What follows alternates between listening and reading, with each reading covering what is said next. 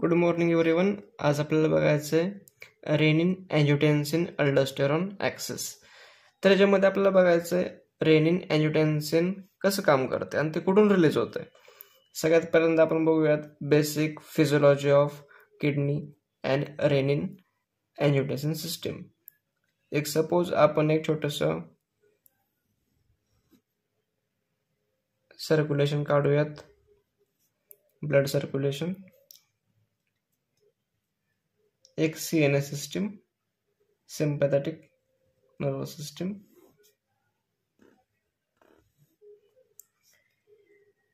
एक सुंदर असं लिव्हर.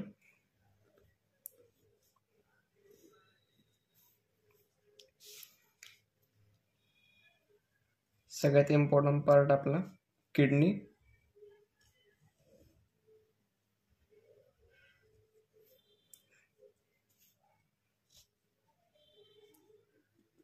आणि ॲड्रेनल कॉर्टेक्स.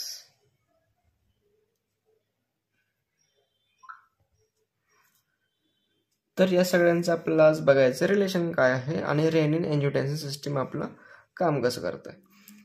तर स्टार्टिंग करूयात. आपण एक केस स्टडी घेऊयात. तर त्याच्यामध्ये आपल्याला एक पल्मोनरी सर्क्युलेशन दाखवू. सपोज एक पेशंट आहे आणि त्याचं ब्लड प्रेशर कमी होत आहे किंवा त्याचा एक ॲक्सिडेंट झाला आहे, ब्रेन हॅमोरेज झालं आहे आणि त्याचं ब्लड फ्लो बाहेर चाललं आहे.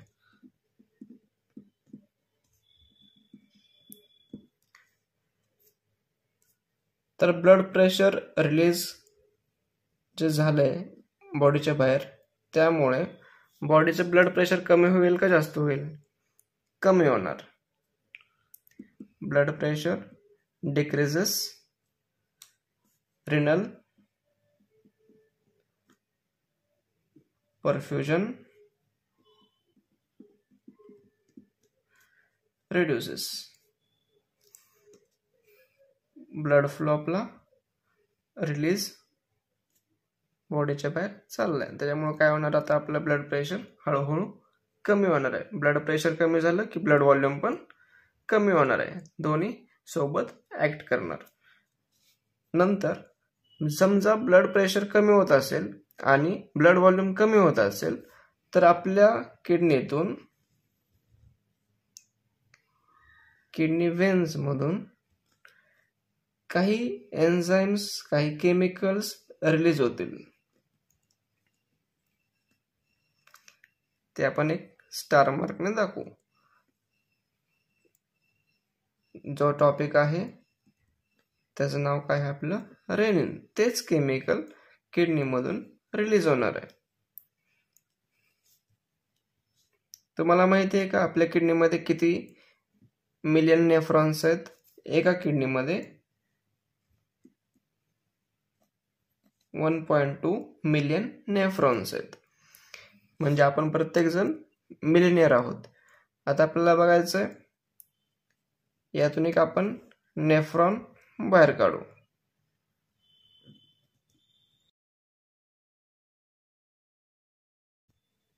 नेफ्रॉन आता आपण एक बाहेर काढलाय आणि त्यासोबत आपण युरिनरी सिस्टीम, पेसिटी ट्यूब्यूल, डेसिटी ट्यूब्यूल आणि हे आपलं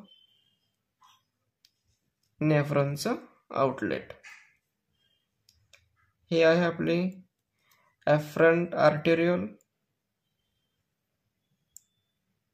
आणि ही आहे आपली इफरंट आर्टेरियोल. आता एफरंट आर्टेरियोल का म्हणायचं? कारण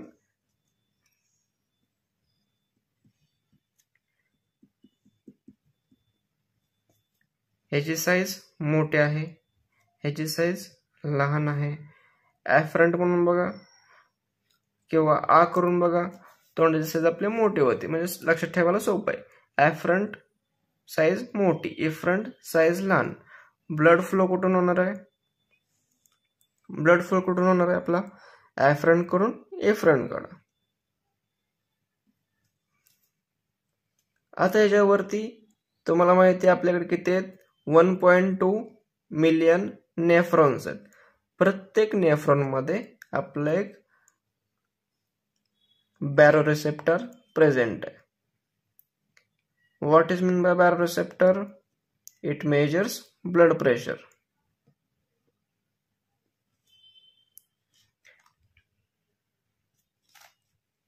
हे आहेत आपले स्पेशलाइज स्मूथ मसल्स. हे आहे आपलं ग्रुप ऑफ स्मूथ मसल. ह्याचं नाव आहे पोल्केसिन.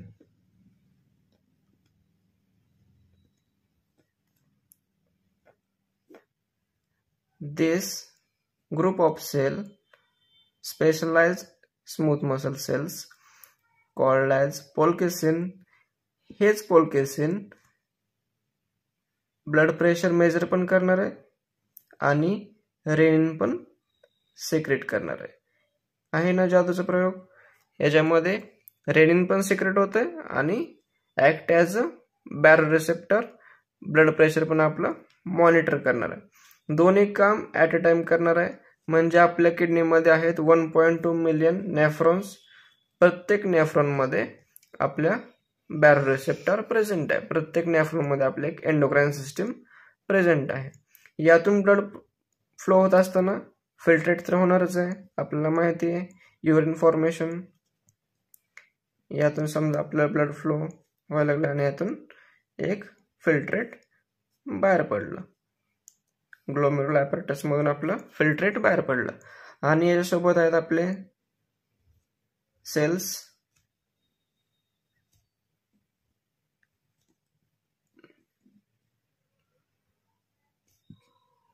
छानपैकी आपण सेल्स काढूयात.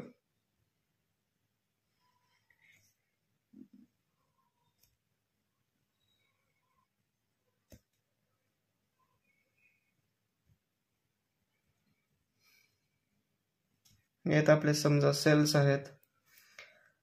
तर आपल्या प्रत्येक फिल्ट्रेटमध्ये आपलं सोडियम प्रेझेंट आहे. नॉर्मल फिल्ट्रेशन रेट आपण जर पाहायला गेलो तर near about 120 ml per minute आपल्या नेफ्रॉनमधून फिल्ट्रेट बाहेर पडतो.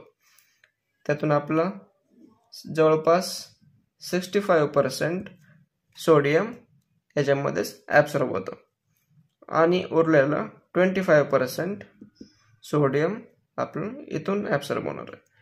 तर आपलं टोटल किती झालं? 65 आणि 25% बघायला गेलो तर आपले किती पर्सेंट झालं?